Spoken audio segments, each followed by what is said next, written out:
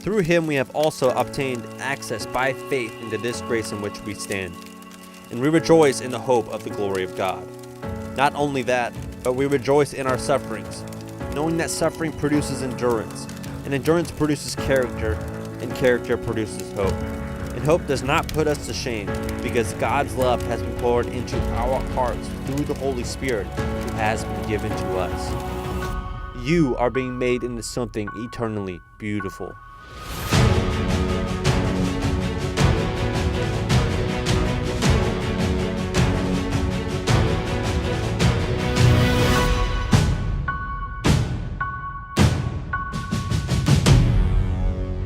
So in this brand new series, it's really a Lent series. We're calling it Beauty from Ashes. But the cool thing with this is we are joining with the church year, right? So we are aligning ourselves, locking arms with other Christians. Not just a few other Christians or churches, but when we join the church year, what we do is we lock arms with literally billions of other believers over the course of hundreds of years as we take this time leading up to Easter to remember the suffering of Christ, the work of Christ, what is eternally most valuable. And so though different churches or ministries, they may have different titles for their series, a different name, that whole idea of Lent, preparing for Easter, we are a part of, and that's what this is about. In fact, maybe here's a really clear, simple definition for Lent. And this series as a whole. Lent is the period of 40 days before Easter during which many Christians do not eat certain foods or do certain pleasurable activities as a way of remembering the suffering of Jesus Christ and what is truly most important, right? So what we do is we choose to fast. Many of you do this. You'll fast. Leading up to Easter, you fast ourselves from things that maybe have our hearts or things that we love that maybe really aren't eternally most important. And sometimes we fast just to remember even the suffering of Christ.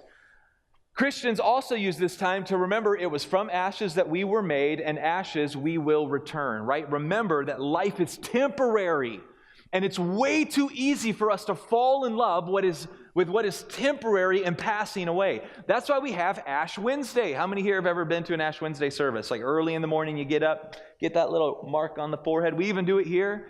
Just want to let you know, as a pastor who's been in ministry and ashed people before, that's funny to say, ashed people says, you want to be number 3 in line.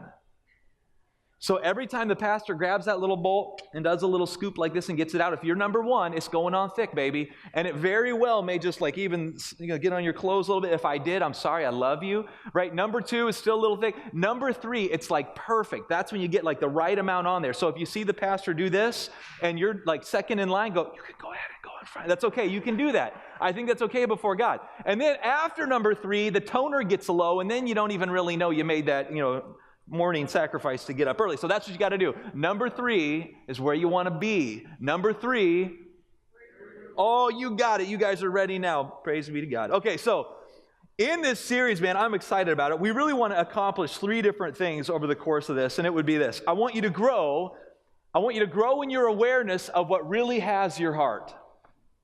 I want you to grow in your awareness of what really has your heart. And the truth is, I think many of you really aren't aware of the things that really do have your heart. You're just doing life in American culture the way the Americans do and think that you're normal without ever taking the time to pause and go, what really does have my heart? Am I truly in love with what is passing away, what is going to die and cease to exist soon? The second thing that we want to do over the course of this series is I want you to grow in your love for what is eternally most important. So become aware of the things that you maybe really do love, and then I want to turn the fire up inside of you to love and passionately pursue what is truly eternally most important. The third thing that we want to accomplish is this. My prayer for you is that I want all of this to happen in such a powerful way that it will actually be measurable. In your life, it'll be measurable. Hear me clearly. Ephesians 2:9, right? Faith is not based on works so that no man can boast. It's really clear. Your works do not save you. Christianity is not a works-based salvation. But that said, We are called to be conduits of God's grace, active agents of his kingdom in this world. You are the means in which God decided to extrapolate this beautiful mission that he calls the church. It's you. And my prayer is over the course of this next series, you'll become aware of the things that really have your heart. You'll fall more in love with the things that are eternally important. And then finally, in this awareness, it will make such a difference in the active living, your real life actions, that it will be measurable. People's lives will truly be touched and changed because something inside of you has learned to love rightly and love actively. Love rightly and love actively. Love rightly and love actively. Listen, I'm so proud of this church. I mean, I was just thinking in between the services here, last service, this service, we got another one, right, coming up here this morning. But I was thinking even between the services, in the last month, I mean, we've had missions trips that have helped put clean water in for people around the world. They just got back. We have helped rescue. We teamed up with Destiny Rescue. We have been a part of, we're actually in process of helping rescue 13 girls out of the sex slave trade, which is awesome. I think about all the different ministries we have going on downtown, serving thousands of meals to homeless and poor people. I mean, I love the different campuses, all the ministries, the services, people watching online. God has done so many amazing things in this church through you. And it's because you are learning to take your faith and live it out in a measurable way. Praise God for that. Praise God for that. But this is still just the beginning. There's kingdom work to do. So that's the big picture of what we want to accomplish. Diving into this week, I want to open up this week specifically, learning to love rightly, talking about that. I would love it if you would pull out your next steps cards. So we're going to think with the end in mind. Now, listen, grab the next steps cards, fill it out. If you want to fill this out and keep it for yourself, you can. So take notes on it. If you're going, I don't want to write everything that I'm thinking on here because I don't want to have to turn that in, you can keep it. That's okay. If you take notes on your phone, that's okay too. But I think it's better to write it out. I think there's something powerful about that. I'm old enough, I still prefer dead trees. Right? It's okay. Look at this. See this right here? Guys, look at this right here. Right, this is called a book. It's awesome, paper, love it. But if you would grab that out, what I want you to do on your notes, really quick, is we're going to kind of create two different lists, two different brackets of thoughts here. I'm going to ask two questions. I just want you to reflect on these. I'll give you about 20 seconds per question to write out your answers, what comes to mind with these, okay? The first one is this, and I know this is going to sound silly initially. Go with me, right? Just go with me. Write out the biggest purchases you have made over the last few years. What were the biggest purchases that you have made over the last few years? Go ahead, just jot it down, whatever comes to mind. What have you spent your money on over the last few years?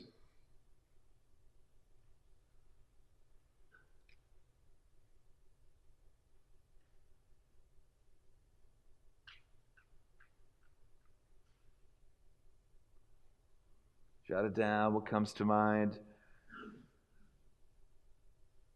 Some of these lists might actually be comical if you were to look at them. I don't know, who knows? There's maybe somebody out there has a Beanie Baby collection. They've got thousands of dollars and I have no idea, right? Whatever it is, write it down, whatever comes to mind. I can tell you one of my biggest ones is diapers. Yikes. I'll give you about another 20 seconds here. Biggest purchases that you have made.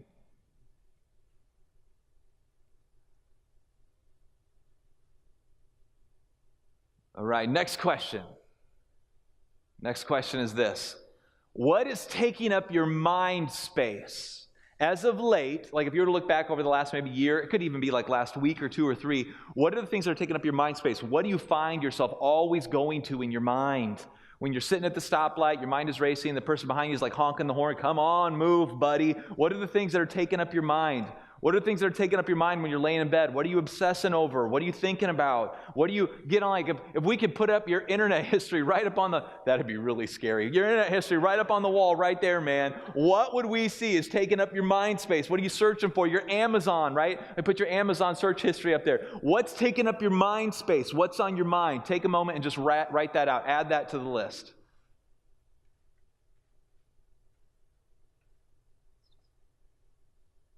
That Beanie Baby collection, right? Still.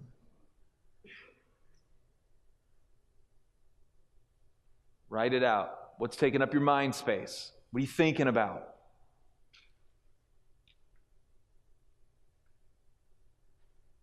Maybe you love shoes. And you look at there, man, you got like 8 hours of shoe shopping online right there.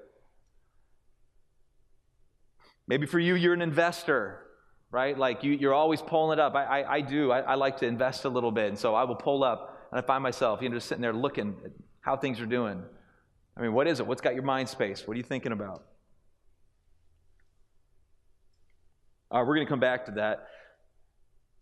In preparation for a series that's actually coming up in about 4 or 5 months, we're going to do one on stewardship a little while out. I've been doing a lot of reading, and one of the books I read through, man, it's powerful. So I read through the book on stewardship in preparation for a series that's like 5 months out. And so good, I went back and read through it right away again. And here's a quote from the book. It's a little loose, but the quote is basically this. Your checkbook, oh man, some of you are going to hate me saying this. Your checkbook can function as a map to what you truly desire.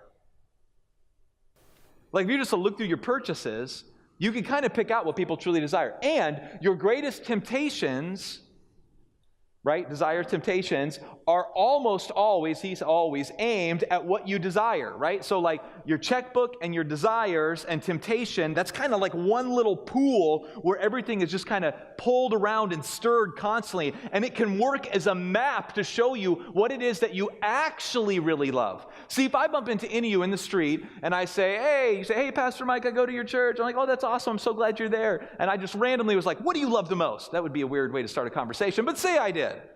Jesus, I love Jesus the most. We'd all give the right answer. But there is a way to map out the functional part, not just the orthodoxy, but the praxis piece of your life, what you love. So maybe a clear way to say it yet again is, say I could take your name off of all of your purchase history for the last year. So your name's not on the list, but I could take that list and I could stick it up on the big screen.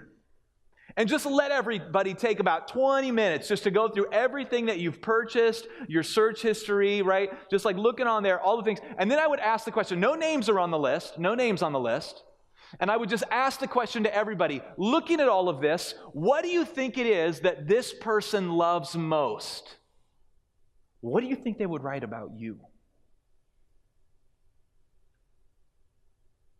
Beanie Babies and diapers. What do you think it is that they would write about you? With this in mind, I want to go to the text. We're going to look at James 1, 12 through 18. We're going to read through this scripture actually twice. I'm going to read through it once, and we're going to talk about the meta story of James, the big picture look at the book of James. And then we're going to read through the text again, and we're going to look at this section of text specifically. James 1, 12 through 18 says this, "Blessed is the man who remains steadfast under trial. For when he has stood the test, he will receive a crown of life which God has promised to those who love him. Let no one say when he is being tempted or when he is tempted that I am being tempted by God. For God cannot be tempted with evil, and he himself tempts no one. But each person is tempted when he is lured and enticed by his own desires." Let that sit. "Then desire, when it is conceived, gives birth to sin, and when sin is fully grown, brings forth death. Do not be deceived, my beloved brothers. Every good and perfect gift is from above, coming down from the Father of lights, with whom there is no variation or shadow due to change. Of his own will he brought us forth by the word of truth, that we should be a kind of first fruits of his creatures." A couple of things from this when we look at the book of James as a whole. I want to say this just briefly. For those that are in situations, maybe at your workplace, you work with a lot of people that aren't Christians. If you run into people that are like antagonists or people that are against Christianity, and you're always kind of defending your faith, this is one that they'll kind of pin down, is that the translations are bad and you can't trust the Bible. James is actually probably better translated Jacob. So just know that. We know it. We get it. It's done that way for a whole variation of reasons. If you're curious why we say James, even though it's probably better translated Jacob, it's not that we don't translate the Bible well. There's other reasons for it. We can talk about it. But to give you awareness of that, I'm going to interchange the term James and Jacob for the next couple of minutes so you can just be aware of it, right? So if you're in those settings, Don't worry, it's all right. If you have greater questions about it, we can talk apologetics at another time. But I'm going to interchange those terms, James and Jacob, on purpose to raise your awareness. So Jesus, his half-brother, is Jacob or James, and he becomes a powerful and respected leader in the church during a time of persecution from Jewish leaders. Acts 12, 15, Galatians 1 through 2, Mark 6, 3, and a few others. Another thing that we know about the book of James, or Jacob's, the wisdom of Jacob, is this. There was a famine and poverty during his time of leadership. So he was leading the church at a difficult season when poverty had hit the land and persecution was upon them. It's a difficult time in history to be a leader of the church. Jesus' brother is serving in that role. He uses two primary influences in the book of James, which is the wisdom collected literature, teachings of Jacob, two primary sources. One of them is the book of Proverbs. He kind of ties in different quotes from there. And then he also uses the Sermon on the Mount from his half-brother Jesus. There are two things happening in the opening of James that become really apparent, and it's this. Just to reiterate it, real hardship, poverty and persecution, they're facing it. The second thing that we can see is this, the temptation to love wrongly while facing hardship. So in the middle of facing poverty and persecution, the people are tempted to love wrongly in the middle of this pressure. And it's really hard to do what's right when you feel like you're in a season of want and need. Let's go back and read this text, and we're going to take it apart a little bit more, and I'll explain those ideas a little broader. Blessed is the man who remains steadfast under trial. Note the word trial. Difficulties, hardships. Some of you are in seasons of trial right now. For when he has stood the test, he will receive the crown of life, which God has promised to those who love him. Right? So I want to be really clear. Life isn't easy. Turn to your neighbor and say, life isn't easy. If you didn't know, life isn't easy. Right? Hopefully you can turn to your neighbor and say, you make it a little better. Hopefully nobody's like, you are the reason life isn't easy. That wouldn't be good. Right? Verse 13 says this, let no one say when he is tempted, so we have trial and temptation. We have two different words offered here. When he is tempted, I am being tempted by God, for God cannot be tempted with evil, and he himself tempts no one. But each person is tempted when he is lured and enticed by his own desire. Then desire, when it is conceived, gives birth to sin, and sin, when it is fully grown, brings forth death. Do not be deceived, my beloved brothers. Every good gift and every perfect gift is from above, coming down from the Father of lights, with whom there is no variation or shadow due to change. I love the consistency, the way the Bible over and over again describes the consistency of God, the consistency of Christ.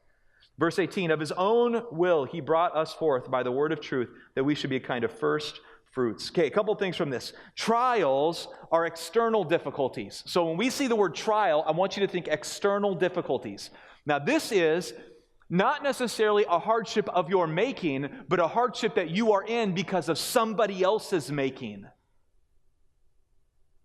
Right? It's an external difficulty.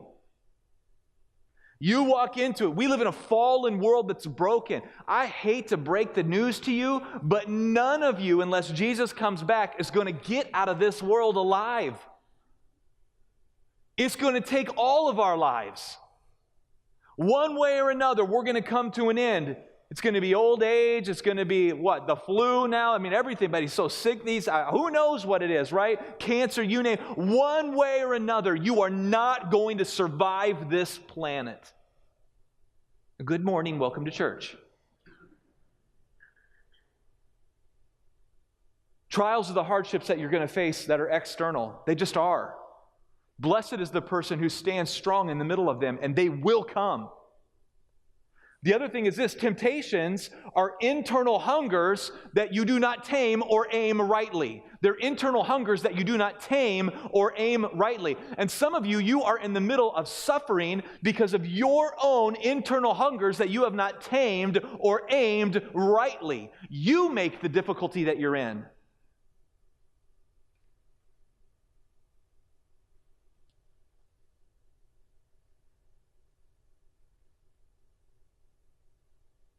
James, or Jacob, teaches that loving wrongly as a Christian often shows itself in two ways. So I'm talking specifically to Christians this morning for a mass of this message, to people that consider themselves believers. James or Jacob, his wisdom literature teaches that loving wrongly as a Christian often shows itself in two ways. It shows itself in favoritism and a faith that is void of good works. Favoritism and a faith that is void of good works. These are the two primary ways that Christians really drop the ball.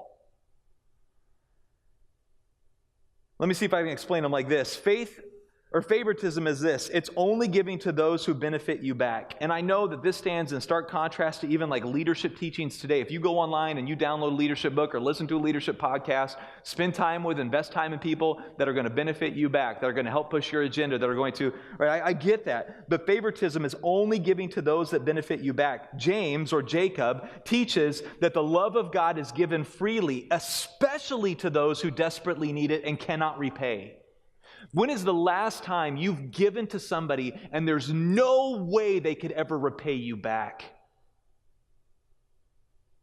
Or are you only investing in the people that can pay you back now? The other way that Christians really drop the ball, he teaches, is this: faith without good works is functionally dead. Now, I need to be clear again. I mean, it's super clear in Scripture. Faith is not based on works so that no man can boast. Our works do not save us. But you better believe our good works of Christ that He has given to us, they are the means in which the kingdom is brought into this planet. And so when we show favoritism and we only support and help those that are going to give back to us or are going to support us or like us, we do that. And when we don't work to have our good works or Christ's works shown in the world around us, you need to know those are the two primary ways that he says we drop the ball as believers. The world desperately needs to hear the hope of Jesus today. I was thinking about the shootings in Florida. I need to not ever get on social media again. My wife is fasting from social media, and she is luring me into that righteous move. I need to just join you, honey. My wife's in this service. Hi, I love you. And I was doing a little working or a little searching online, and I came across a guy by the name, but I'm not even sure I'm saying his name right, Umar Haki. I'm not sure. And in his article, he's trying to wrap his mind around, I don't think he's a Christian. I don't think he's a believer. I was reading through it, and even the network that he's connected to, I don't think he's a believer. I don't think he's a Christian. He is clearly an immigrant. At some point, he's come here to the States, and he's trying to wrap his mind around the declining trajectory of American culture. He's trying to wrap his brain around the declining trajectory of the American culture. Listen to this statement that he says. He says, America's problems are revealed to be not just the everyday nuances of a declining nation, right? So it's just not a normal struggle, financial, whatever, hardship, but something more like a body suddenly attacked by an unimagined disease. In fact, he says that these things are so prominent and we're so blind to them that it's like, he calls them pathologies. He's using a medical term. They're pathologies. America has gotten sick and they don't even see it or get it. Now, his article is actually quite long. I'm going to sum up some of his ideas, and I even added one of my own in there because, I'm a Christian and I have a little different perspective. But these are some of the ideas based off of his work. Listen to this. He says this. He calls them cultural pathologies, and we're blind to them, right? Some of you are not going to like this. You're just not. We are a culture that deeply loves violence. We condemn things like murder and rape in real life, yet we celebrate it and practice it everywhere else, from video games to movies. Even now, we're working to make virtual reality. So now we want to make the killing of people as real as we possibly can and practice it. I didn't even know this, but there are other nations that outlaw violent video games. But not America. We love violence. Practice makes perfect. He says this: we have a true opiate epidemic. Americans are not happier. If you read through the research, it says that, maybe our happiness is on the rise, but actually what's happening, if you dig into the guts of the research, he says Americans are not happier, they're just all high.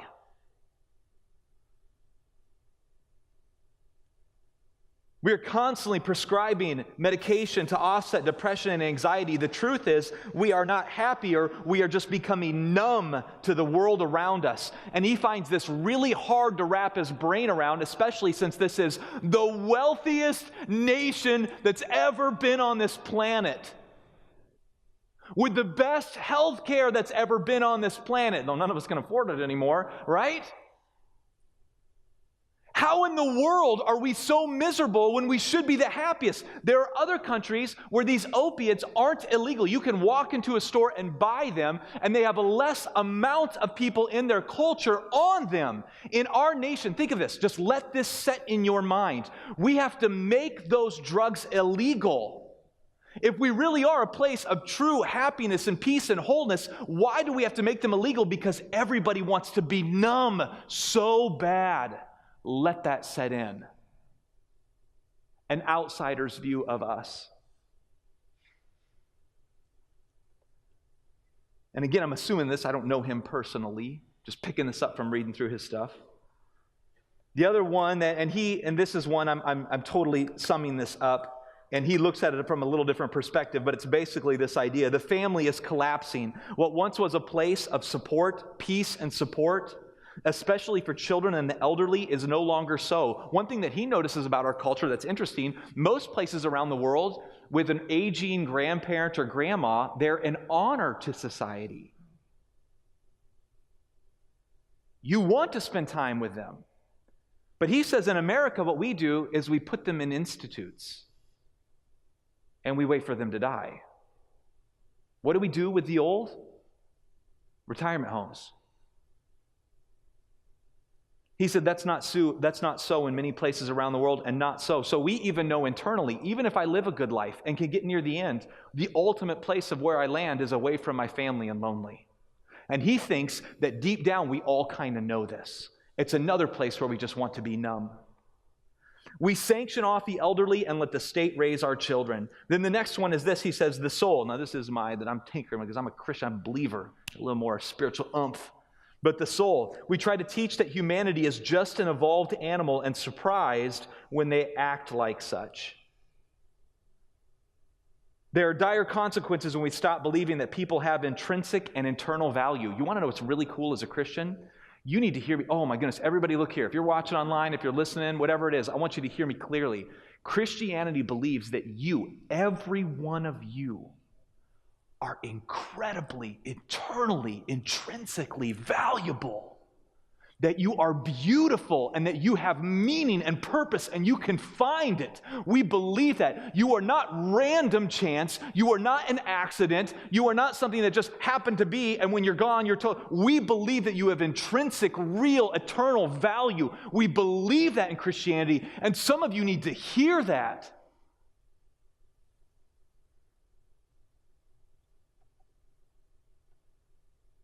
I'm going to invite Josh up, and we're going to be done in just a few moments.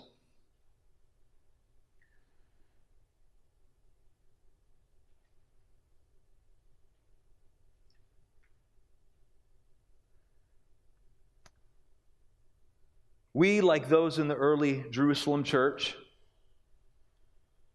I want to pause just at this spot right here, the Jerusalem church.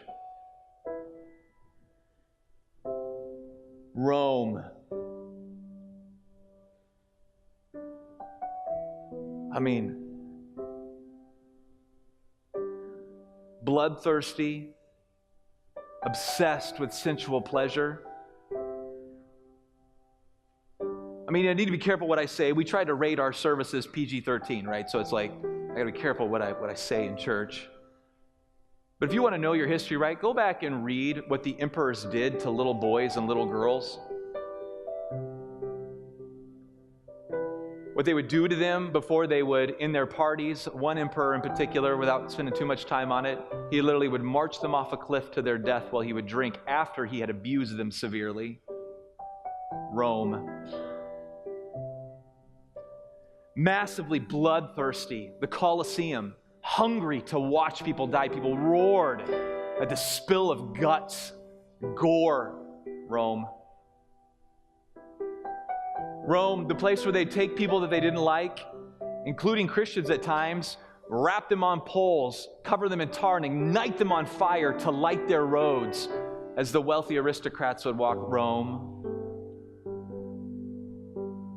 And somehow in the middle of all of this, the people with all the money that are chasing every sensual pleasure they want, that are bloodthirsty, feeding every hunger they want, the middle of all of this, it is the poor, impoverished Christians that actually have more hope and happiness. And Rome is blown away with the power of hope that comes from Christianity that is so much bigger. Any day, I would put the hope of Jesus up against any sensual pleasure or any amount of money. I mean, history teaches the power of Jesus Christ, and that hope is so rich and transcendent. It rings out like a bell across the land, and you watch the poor, impoverished, suffering people with massive hope and peace win over the wealthy, obsessed with pleasure and bloodlust Rome. That's what you watch happen. You know what fell? Rome. You know what exploded like crazy? Christianity in the church. Even when Rome tried to adopt it and pervert it, it fell, and Christianity prevailed.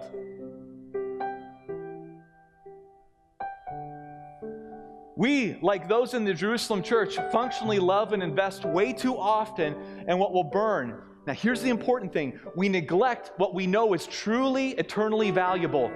People. People, people, people, people. Listen, we say it in really gentle, kind ways all the time in church. Think about the person, we're going to do it again in a few moments, that needs to hear Jesus, that maybe you ought to text, that maybe you ought to have a conversation with. Let me just say it with Pastor Mike's personality. You get off your hiney, call the person that you work with that you know needs to hear the hope that you have. Invite your neighbor over for dinner. Spend time with people that you work with. The world today, I mean, the evidence is clear. The world today desperately needs to hear the hope of Jesus Christ. They desperately need to hear it.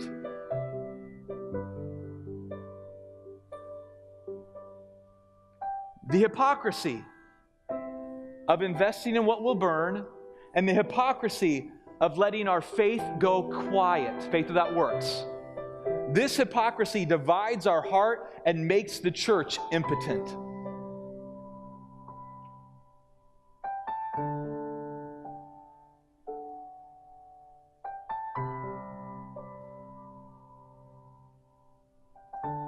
So that list that I gave you, I'm out of time, I need to be done.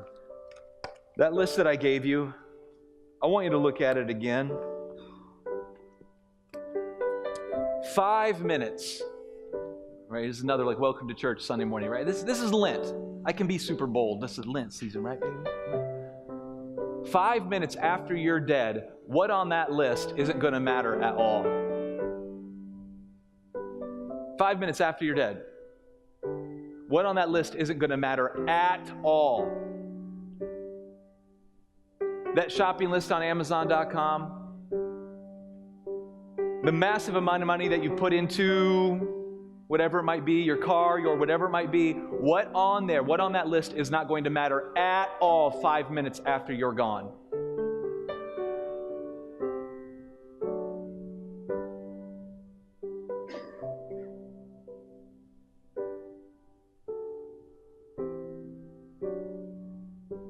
Now what I want you to do is I just want you to put your hand, we're going to pray over this. I just want you to put your hand on that list. Some of the things on there might be great. You might have nailed it, right? You got like 5 things you're going, that'll last. That's good. You got 2 or 3 things on there you're going, man, maybe not. But I want you to ask God, here in a minute, I want you to pray. You're going to spend time on your own in prayer over this list. And I want you to ask God, Father, if there's something on this list that needs to go, give me the courage and strength to take it off. If I am loving, I have truly fallen in love with what is ashes. Change my heart, oh God. Change my heart, oh God. But I want you to spend some time just looking at that list and reflecting where you are, what you love, what you're doing with your time on this planet. And my prayer is that we'd reawaken something significant, eternally significant in you that maybe has been laying dormant. The entrepreneurs, they get a kingdom mindset. Listen, come to me. I have ideas, more ideas than I want to do with, right? I will help you find great organizations, things that let's do this. We've rescued 12 girls out of slavery. We've sent people over to Haiti, putting in new water. We've served thousands of meals downtown. Kathy, you oversee all of that. She's sitting in here today, right? We've done so many amazing things. We have campuses, 3 of them around this place. We have another possible campus coming around the corner that I'm not supposed to talk about yet, so I got to stop. But there's all kinds of amazing things that are happening right around the corner. We need to reawaken something inside of us, the spiritual Christians, where we again relock our eyes on what is truly, eternally most important and roar inside of us this hunger to be faithful to that. I pray over the course of Lent, I pray over the course of this, when we remember the suffering of Christ, we remember what is ash and what is eternal. My prayers over the course of this series that you will come alive. That's right. In the wake of Christ's death, you will eternally come alive in a whole new way. That's what I pray for. Look at your list, put your hand on it, and pray, God, what do you want me to do with what's on this list? What do I need to let go of? What do I need to elevate? What do I need to put on there that's not on there? Change my heart, oh God. So before the Lord, look at your list, spend time in prayer. Listen, again, if you are here and you need to make a decision to follow Jesus, you're not even a Christian yet, but I'm ringing your bell today. God is ringing your bell today with this. I want you just to check it on your decision card. Grab a new decision card if you need to. Check it on there. I want to make a decision to follow Jesus. If you need to be baptized, check that on there too. If you need to rededicate your life, do it. Grab another decision card. You can fill out 4 if you want. I don't care. Put it on the list. Right? We're going to give you a chance to turn those in here in a minute too. But for the next couple of minutes, just pray, God, speak to me as I look at this and you reveal what's in my heart, what I love. Speak to me. Go. Spend time in prayer before the Lord with your list. We just want to thank you for watching the sermon online. If God is working in your heart, we would love to hear about it. You can go online, www.encountertrinity.com/nextstepscard. You can fill out information there. Let us know what God is doing in your heart. If you need help with anything, we would love to help. Counseling, we would love to do anything that we can to help you go to that next level spiritually. When you fill this out, it goes to one of our pastors. It is private, and we will take care of that information to the best of our ability. We love you, we care about you, and we want to see God do great things in your life. Have a great day.